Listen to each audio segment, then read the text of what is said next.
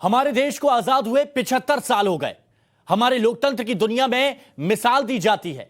अब तक देश में 19 आम चुनाव हो चुके हैं, लेकिन हैरत होगी कि हमारे यहां कुछ लोग राजनीतिक रूप से अब भी परिपक्व नहीं हो पाए हैं। बरेली में एक वोटर के साथ जो हुआ वो हैरान करने वाला है।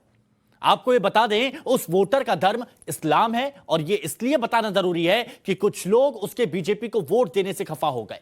उसका मोदी और योगी की तारीफ करना कुछ लोगों को अखरने लगा और फिर क्या हुआ वो हम आपको इस रिपोर्ट में दिखाते हैं। मोदी जी जो हैं वो राम के अवतार हैं, योगी जी जो है वो कृष्ण का अवतार है। तुम एक मुसलमान हो और ऐसी बातें करते हो। क्या धर्म से राजनीतिक सोच की बाउंड्री तय होगी?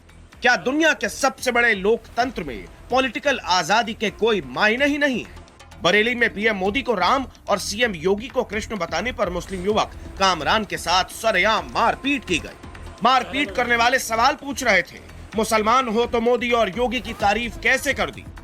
ये साहब चुनावी रंजिश रखते हैं। ये रखते हैं। मैं ये कहता हूँ कि जो है मोदी जी जो हैं वो राम के अवतार हैं और हमारे देश को बहुत अच्छी तरह चला रहा है। हमें आटा दे रहा है, सब चीज़ें दे रहा है। यही कहा करता था कि योगी जी जो है वो कृष्ण का अवतार है। ये लोग इसी वजह से कट्टरपंथी होने की वजह से ये लोग साजिशन तौर पर मुझसे रंजिश रखने लगे कि तुम एक मुसलमान हो और ऐसी बातें करते हो। और यही बात लेकर इन लोगों ने मुझसे रंजिश रखे। 2 दिन पहले भी मुझे मारा था, आज भी पूरे जान से मारने की इन लोगों की साजिश है। कामरान का पहला कसूर आपने देख ली, अब देखिए उसका दूसरा कसूर। मारपीट करने वालों ने कामरान से सवाल पूछ दिया कि जब मोदी योगी के विचारों का इतना विरोध है तो फिर योजनाओं के लाभ क्यों लेते हो? अगर योजनाएं पसंद हैं तो फिर वचन से क्यों कंगाल हो? और मैं कहता हूं कि जब तुम इनका बुराई करते हो, वोट नहीं देते हो, तो आटा क्यों ले रहे हो? आटा ले रहे हो, नमक ले रहे हो, सब चीज़ें ले रहे हो, लेकिन बुराई इन्हीं की कर रहे हो। यही बात इन लोगों को बुरी लगती है। सवाल ये नहीं है कि कौन किस योजना से क्या लाभ लेता है और किसको वोट देता है। सवाल तो यह है कि मुसलमान व्यक्ति मोदी और योगी का राजनीतिक समर्थक है तो उसके साथ मारपीट होगी, क्या उसकी आवाज दबा दी जाएगी? ऐसा नहीं है कि मोदी योगी की तारीफ करने पर बरेली के कामरान को ही पीटा गया। इससे पहले कुशीनगर से भी गंभीर मामला सामने आया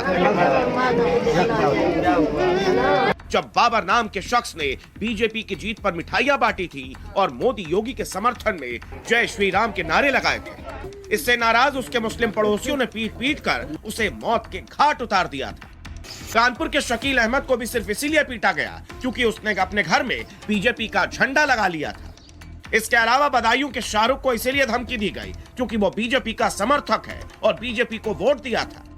मुरादाबाद के एक मुस्लिम डॉक्टर मोहम्मद निजाम भारती को आरएसएस के स्वयंसेवकों का स्वागत फूलों से करने पर फतवा तक जारी कर दिया गया था।